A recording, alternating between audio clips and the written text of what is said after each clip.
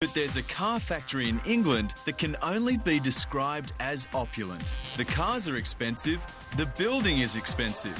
The people who work here wear designer clothes to match their designer surrounds. This is no ordinary factory. Welcome to McLaren HQ. It could be just another day in the office, but for the people who work here, it seems Monday mornings are a lot easier to face. And why wouldn't they be, when their office is hailed as one of the most sophisticated workplaces on the planet?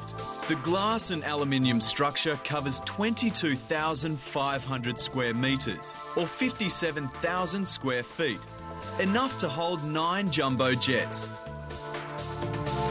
If you don't recognise the McLaren name, you may recall the car. The F1 was the world's fastest production car, and when Beyond 2000 visited in 1996, McLaren were already making a name for themselves for tech innovation and design. Fast forward nearly a decade, the English company is now 40% owned by Daimler Chrysler. They've teamed their luxury car badge Mercedes with McLaren to create the Mercedes-Benz SLR McLaren and its racing companion, the McLaren Formula One race car. The SLR's design is reminiscent of the gull-wing Mercedes sports car of the 50s, with Formula One racing pedigree added to give it new millennium flair. It takes 140 people a year to hand-build 500 SLRs on a 200-metre production line, not a robot in sight.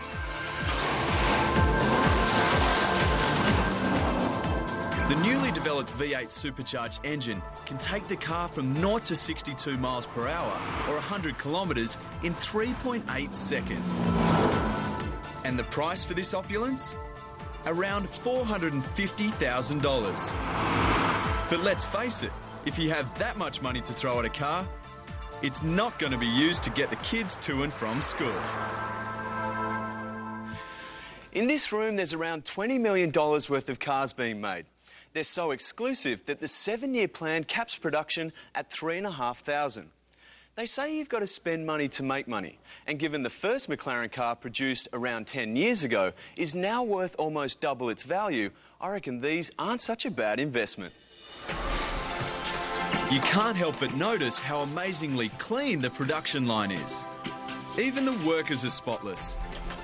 In their black designer Hugo Boss uniforms, they are so well dressed, they look more like they should be going night clubbing than assembling cars. And it's not just for show. So what was your vision for this place? It's such an amazing facility. Where did the inspiration come from? Inspiration came from us trying to make an environment that nobody wanted to go home from. Yeah. Ron Dennis is the CEO of the McLaren Group. His theory is that if you motivate your staff with inspiring surroundings, they'll reward you back with dedication to their work. At the end of the day, the heart of the company is its people. And what you're doing in putting them in an environment like this is creating one of the forces that leads to high levels of motivation and focus, and of course a determination to win. It's about aspiring people to be the best in the world and to really set very high goals for themselves. So what you're improving on a sort of week-on-week, month-on-month basis is the mechanisms which determine team spirit and team focus. All up, almost 900 people work in the building. The building's large open-glassed areas would cost a fortune to air condition. So architect Lord Norman Foster hit upon a cool idea. This property has 5 lakes, but they're not just here for appearance. Their main role is to regulate the temperature inside.